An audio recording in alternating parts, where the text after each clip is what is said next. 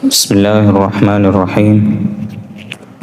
الحمد لله رب العالمين، والصلاة والسلام على نبينا محمد وعلى آله وصحبه أجمعين، أما بعد. Ndugu Muislam, tukiendelea na kitabu sifatu salati nabii min at-takbiri ila at-taslimi kaannaka taraha, sharh fadilatu Sheikh Ad-Doktor Muhammad bin Umar bin Salim Bazmul. Bado tuko katika maudhu' katika kitabu kama hiki, sallu kama raaitumuni usalli, swalini kama mlivyoniona nikiswali. Na maudhu' kama hii Sheikh akawa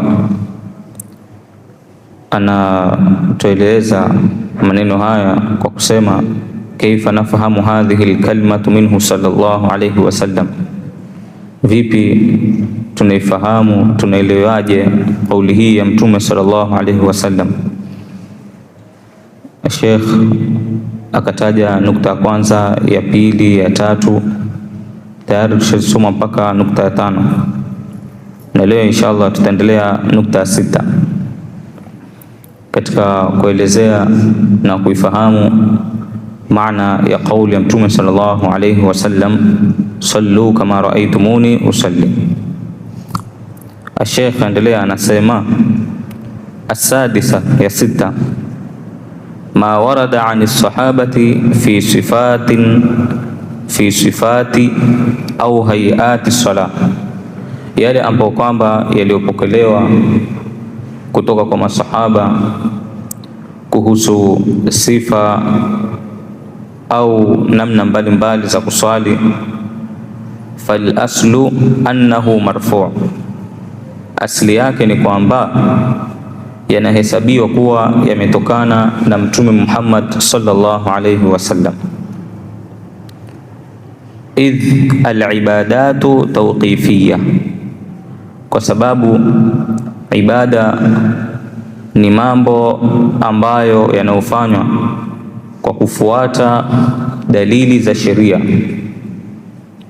Wala yuqalu anna as-sahabi yaf'alu shay'an fi as-salati biduni aslin, wala si jambo ambalo kwamba linalotarajiwa ya kwamba sahaba angefanya jambo lolote katika ibada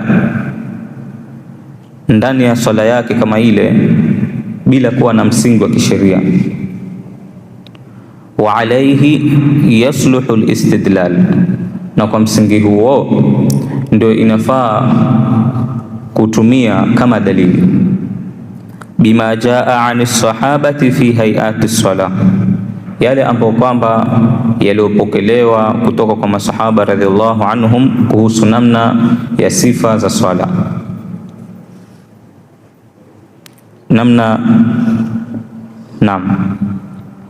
Wa min dhalika al-istidlal bima sahha ni sahaba, na miongoni mwa hayo ni kutumia riwaya sahih kutoka kwa masahaba radhiallahu anhum fi annahum lam yakunu yaf'aluna jalsat al-istiraha, kwamba baadhi yao hawakuwa wakifanya kikao cha mapumziko, ile jalsatul istiraha ambayo inafanywa katika raka ya kwanza kwenda raka ya pili au raka ya tatu kwenda raka ya nne, ala anna jalsatul istiraha laysat wajiba, kuwa ni dalili ya kwamba kikao hiko si wajibu.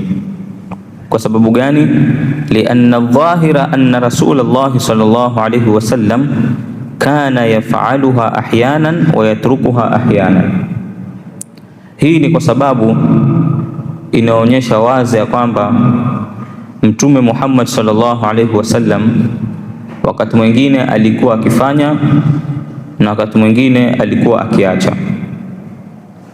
Wasahabatu alladhina lam yakunu yaf'alunaha, na masahaba ambao hawakuwa wakifanya, innama kana dhalika minhum binaan ala annahum lam yaraw ar-rasul sallallahu alayhi wasallam yaf'aluha, huenda walifanya hivyo kwa sababu wao hawakumuona Mtume sallallahu alaihi wasallam hakufanya ile jilsatul istiraha, na wao wakawa hawafanyi. Kwa hiyo hapa Sheikh anajaribu kutuonyesha kuna baadhi ya mambo ndani ya swala yanakuwa ni sunna, si wajibu. Akatoa mfano kama jilsatul istiraha. As-sabi'a, ya saba, hadithu musii salah, ni ya mtu ambaye kwamba aliyeswali vibaya. Kathura istidlalu fuqahai bihi, wanazuoni wa fiqhi wametumia sana hadithi ya yule mtu ambaye kwamba aliyeswali vibaya kama dalili. Wa ahwalu istidlali bihi la takhruju amma yali, na namna za kuitumia hadithi hii ni kama dalili ambapo kwamba hazitoki katika hali ambazo kwamba zinazofuata. Hali ya kwanza, imma an yustadalla bihi ala wujubi ma dhukira fihi, imma kutumia hadithi hiyo, ile hadithi ya yule mtu ambaye kwamba alikuwa akiswali vibaya, imma kutumia hadithi hiyo kuthibitisha kuwa yale mambo ambayo kwamba aliyotajwa ndani yake ni wajibu. Pili, wa imma an yustadalla bihi ala adami wujubi ma lam yudhkar fihi, imma kutumia hadithi hiyo kuthibitisha kwamba jambo ambalo kwamba halikutajwa ndani yake katika hadithi kama hiyo si wajibu. Na tatu, wa imma an yustadalla bihi ala adami tahrimi, imma kutumia hadithi hiyo kuthibitisha kutokuwa ile jambo hilo ni haramu. Fi'li ma lam yadhkur ahadun addaduhu fi hadha alhadith, kwa kufanya jambo ambalo kinyume chake haikutajwa katika hadithi kama hii. Ala alqawli bi anna an-nahy ani shay, kwa mujibu wa kauli ya kwamba kukatazwa jambo fulani yatadhammanu al-amra bi ahadi adadadihi, kunajumuisha kuamrishwa kufanya mmoja ya mambo ambayo kwamba yaliyo kinyume chake. Ndio Sheikh akasema hadhihi hiya al-ahwalu allati tantuju inda at-ta'ammul, hizi ndizo hali ambazo kwamba zinazopatikana baada ya kulitafakari swala kama hili. Sanusamiha qisman, na tutazieleza moja baada ya nyingine kama fima yali, kama inavyofuata. Amma al-istidlala bihadithi al-musii salata, ama kuhusu kutumia hadithi ya mtu ambaye kwamba aliyeswali vibaya kuwa dalili ala wujubi ma dhukira fihi, ya uwajibu wa mambo ambayo kwamba yaliyotajwa ndani yake. Faqad qarrarahu Ibn Daqiq al-Eid rahimahullah. Ibn Daqiq rahimahullah, Allah amrehemu, amelifafanua jambo kama hilo kwa uwazi kwa kaulihi, kwa kusema amma wujubu ma dhukira fihi, ama kuwa ni wajibu kwa yale ambayo kwamba yaliyotajwa ndani yake, ndani ya hadithi kama hii, hadithi ambayo kwamba ya musii'u salah.